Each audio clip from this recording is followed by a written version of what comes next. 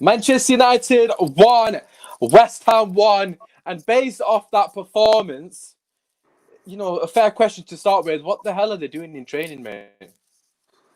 Nothing. Absolutely nothing. I think they're just having fun. You see all those videos of Pogba driving around Matic on the training ground. I don't think we're doing jack all training, to be honest.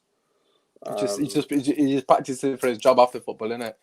Yeah, it's you know what it is.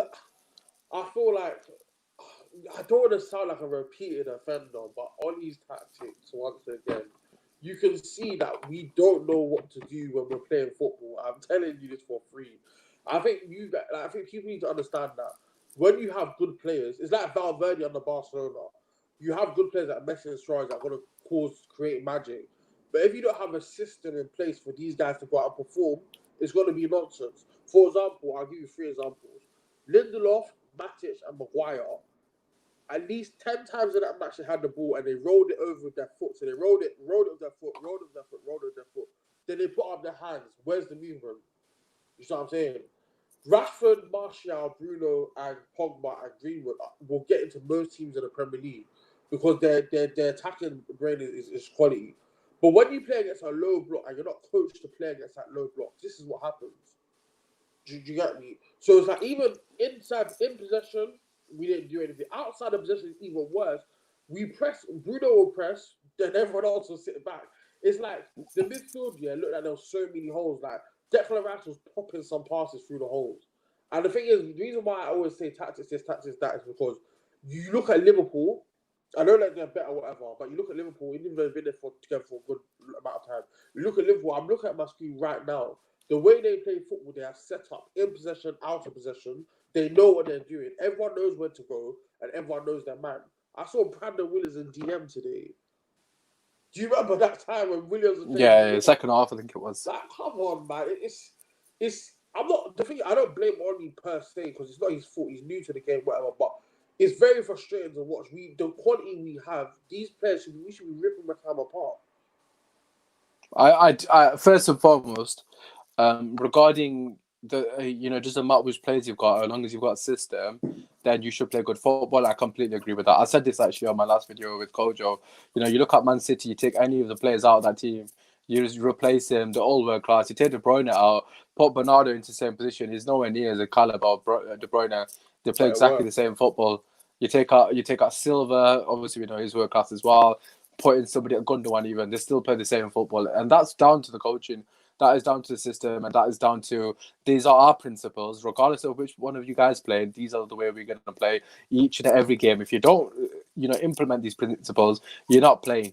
Oli hasn't got there yet. I completely agree. Whether he will get there remains to be seen. But what I will say is, on the counter argument to that, we do need more players to at least allow him to have a bit of rotation, because again, this is the 5th, maybe the 6th time I'm saying this.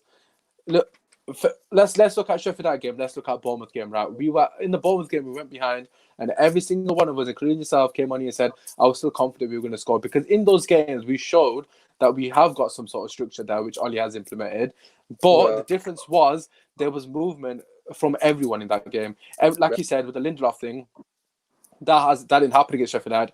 That didn't happen against Bournemouth. Okay, granted, against Sheffield United, we scored early, so they had to come out, so it kind of played in our hand. But against Bournemouth, we actually conceded first, and we still, we saw a reaction in that game. In these games, and I'm not putting it down to fatigue solely.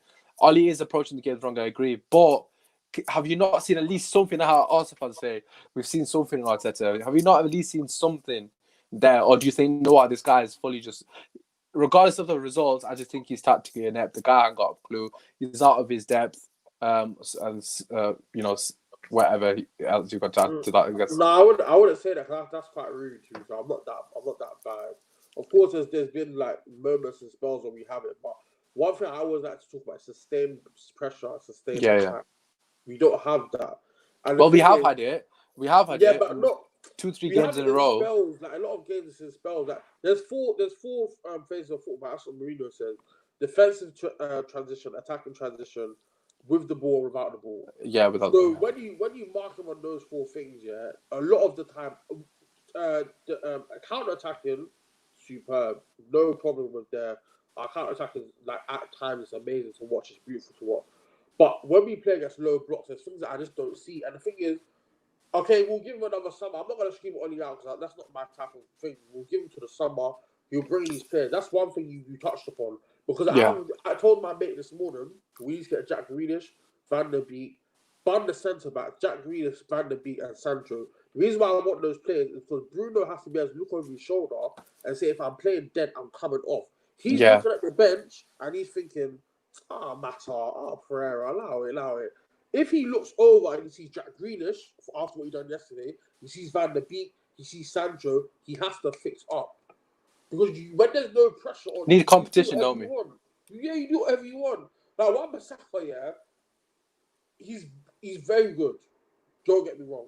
Yeah. Very, very good. But he has no pressure on him to even go up a level. Do you get what I'm trying to say? Yeah, definitely. Look at Liverpool, like the team that they have, or even Man City. Man City, their midfield is so stacked. De Bruyne has to have an assist every game to even stay in the team. Yeah. David Silva, one of the best central midfielders we've ever seen in this Premier League. He has to do a madness to even stay in his team. Aguero gets dropped for Jesus. No one should be indispensable in this Man United team. And one of the things that Oli has done, and which I don't like, is he's made certain players feel like they're undroppable. And you're always saying, this is why I always get on to him, because his words don't correspond to his action. You're always saying, we're Man United, this, that, and the other. If you were Man United, show we're Man United. But that's something for another day anyway. Players... Just on that, obviously the obvious one is Bruno and Pogba, realistically speaking. But who else would you put in that category? Maguire, another one. Rashford, yeah, but definitely another one. Okay, let me just come on the Maguire thing. Okay, I hear what you're saying, but he can't drop him, can he? Firstly, he's the captain. I know, but and secondly, we haven't actually got any other options, have we, realistically speaking? Rashford is definitely another one.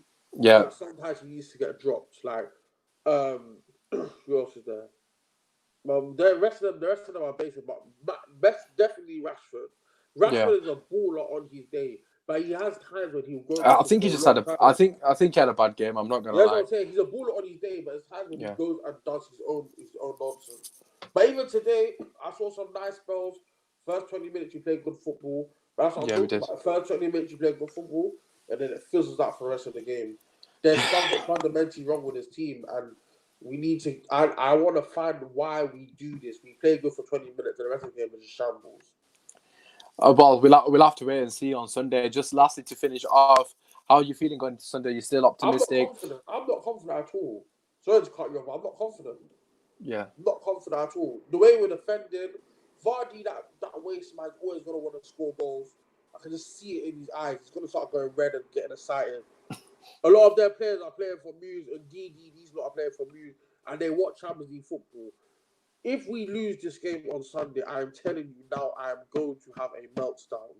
A severe. You're not even going to realize this interview is going to be at least 30 minutes long. I am going to go mad. Because listen, no way we can draw to Southampton, and West Ham in the space of a week. That is a joke. Manchester United drawing at home to. Oh God.